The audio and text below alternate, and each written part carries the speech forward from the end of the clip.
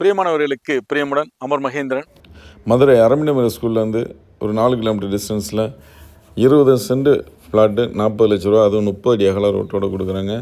நம்ம actor karate ராஜாவும் அதில் இன்வெஸ்ட் பண்ணியிருக்காரு, 2 பிளாட் வாங்கியிருக்காரு. ஸோ நீங்களும் அந்த சூப்பரான ஒரு வாய்ப்பை மிஸ் பண்ணிடாதீங்க. தேங்க்யூ, தேங்க்ஸ் ஃபார் வாட்சிங்.